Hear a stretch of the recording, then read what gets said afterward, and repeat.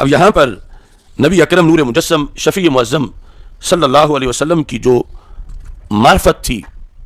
سرکار کی آمد سے پہلے، تذکرہ دیگر بہت سے سورسز میں بھی موجود ہے.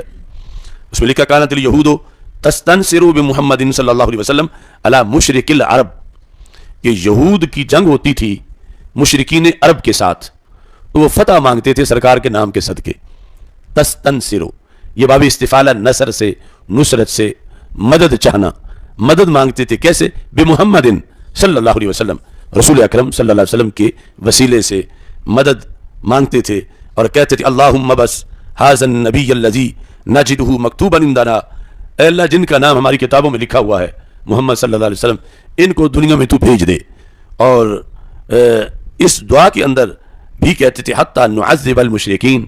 آ جائیں اگر وہ تشریف لے آئیں تو ہمارا مشرکوں کے مقابلے میں پڑنا بھاری ہو جائے گا، ہم مشرکین کو عذاب دیں گے، ونقتلہم، اور ہم ان کو قتل کریں گے، کیونکہ حضرت محمد صلی اللہ علیہ وسلم بھی مشرکین کے خلاف ہوں گے، ہم بھی مشرکین کے خلاف ہوں گے، تو پھر ہمارا پلڑا بھاری ہو جائے گا، یار اب ان کو جلدی بھیج دے.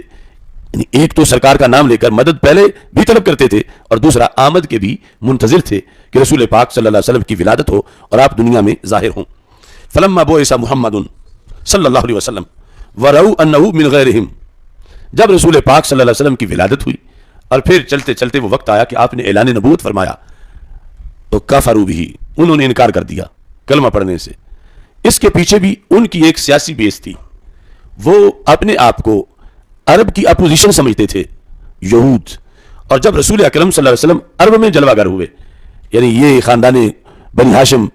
یہ عرب ہے، یہود اگرچہ آباد یہیں تھے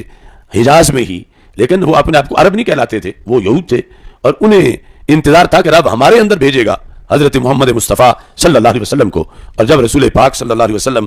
عرب کے اندر بھیجے گئے تو کفروا بہ حسدا للعرب، انہوں نے کلمہ پڑھنے سے انکار اس لیے کیا کہ انہیں عرب سے حسد تھا، کہ یہود کو عرب سے حسد تھا، تو یہ حسد ان کو لے ڈوبا. اور رسول اکرم صلی اللہ علیہ وسلم عرب میں تھے، وہم یعلمون انہ رسول اللہ صلی اللہ علیہ وسلم، انہیں اس میں کوئی شک نہیں تھا سرکار کی رسالت میں، وہ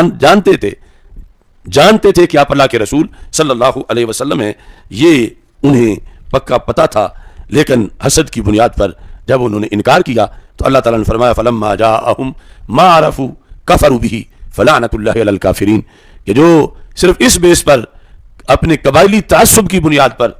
عیب تو کوئی میرے نبی میں نہیں، لیکن یہ چاہتے تھے کہ ہمارے اندر مبعوث ہوں، اور وہ عرب کے اندر مبعوث ہوئے اور انہوں نے ان کو ماننے سے انکار کیا، تو جاننا بھی فائدہ نہ دے سکا. اللہ نے لعنت کی مشرکین پر، ان کافروں پر، اہل کتاب پر، اور اس کے باوجود جنہوں نے ماننا تھا وہ لعنت سے بچ گئے، جس طرح کہ حضرت عبداللہ بن سلام رضی اللہ تعالی عنہ اور دیگر افراد.